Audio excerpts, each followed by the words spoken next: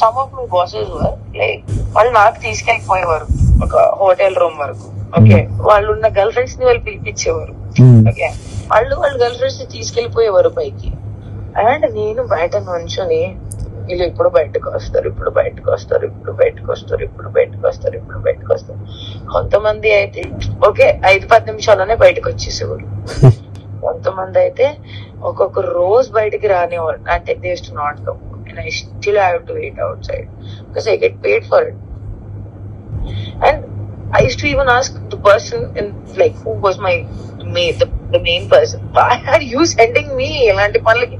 Sir మీరు నన్ను ఎందుకు పంపిస్తున్నారు అనుకుంటే, అమ్మా కొన్ని విషయాలు నువ్వు అర్థం చేసుకోవాలి. బై ఛాన్స్ ఏదో జరిగింది అనుకో, నువ్వు ఆ అమ్మాయితో ఉన్నావు అని చెప్పడానికి.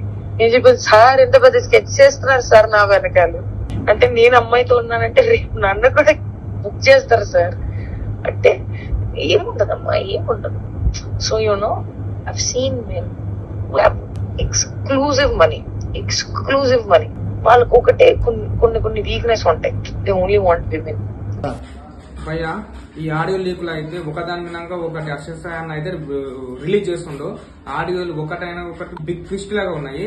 అవి మీరు నాకు నువ్వు కావాలని ఉంది, కౌగిలించుకోవాలని ఉంది, నువ్వు శ్రీకృష్ణుని లేక ఉన్నావు.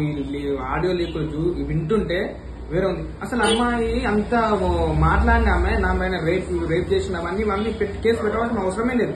అమ్మాయి ఏదో ఆశిస్తుంది. అమ్మాయి మెయిన్ గా రీజన్ అమ్మాయి తప్పు ఉన్నట్టు నాకు ఇంట్లో కనిపిస్తుంది. ఆడియో వింటుంటే పక్క ఇంకొకటి అభిప్రాయాన్ని కూడా ఇట్లా తప్పించుకోకుండా ఒకటేసారి డైరెక్ట్ టీవీ9 ఏదో నచ్చిన ఛానల్ కి వచ్చి కూర్చొని ఇది అని ఆడియో డైరెక్ట్ ప్రజలకు ఇట్లా వినిపించిన అనుకో క్లియర్ ఎక్కడికక్కడ ఎవరిది తప్పు ఏంది అనేది బయట పడుతుంది ఎమ్మడే. ఇట్లా పైన తప్పించుకొని ఇట్లా ఆడియో లీకులు ఇచ్చుకుంటా ఆమె ఏమో ఉండే ఇదంతా కాకుండా ఒకటేసారి వచ్చి ధైర్యంగా వచ్చేసి ఆమె వీడియో ఇచ్చింది అనుకో మొత్తం మ్యాటర్ క్లోజ్. ఆమె తప్పుంటే ఆమెను తీసుకోవేశారు. ఆమె ఏదో ఆమె ఫోన్ రికార్డింగ్ వింటుండే అసలు ఎట్లా మాట్లాడుతుంది, మొత్తం ఎంత టెంప్ చేస్తుంది తెలుసా వీడియో వల్ల. వాయిస్ అమ్మాయిది మేజర్ గా అమ్మాయి దగ్గర తప్పుంది.